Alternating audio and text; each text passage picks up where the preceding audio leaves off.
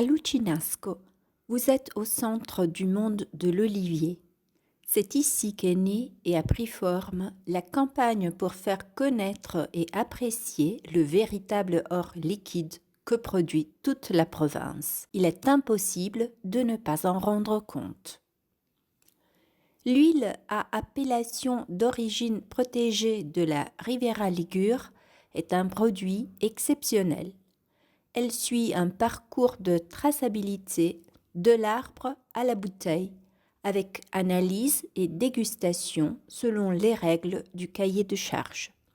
Ce n'est qu'ainsi qu'elle peut arborer le collier jaune du consortium de protection qui garantit un aliment de la plus haute qualité. Le monde de l'olivier ne peut être résumé en quelques mots, car il représente un choix de vie qui signifie liberté et contact avec la nature.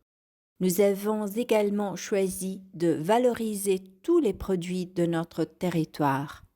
Dans les oliveraies, il y a aussi des citrons et des figues, à partir desquels nous produisons des confitures et de la moutarde. Ma famille et moi, nous avons toujours été au milieu des oliviers. C'est notre vie. Accompagné de ces oliviers, le village laisse respirer une profonde culture, comme en témoignent les anciennes sculptures qui composent le deuil du Christ mort. Ces troncs d'arbres sculptés et peints ne vous laisseront pas indifférents. Leur intensité est capable de changer le temps en pierre. Sans oublier les crins auxquels ces sculptures étaient destinées, l'église romane dédiée à Sainte Marie-Madeleine, à laquelle on parvient au terme d'une agréable promenade et qui a probablement été construite sur un ancien site dédié au culte de l'eau.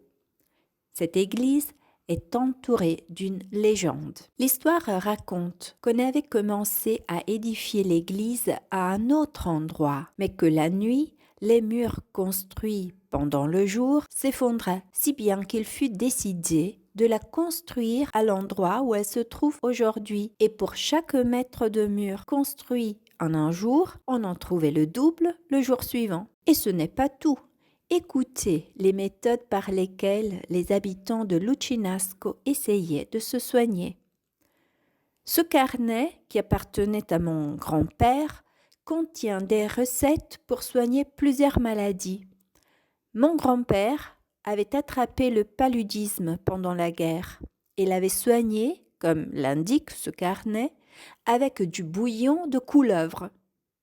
Un autre bouillon miraculeux était celui de taupe, qui était utilisé pour soigner la coqueluche.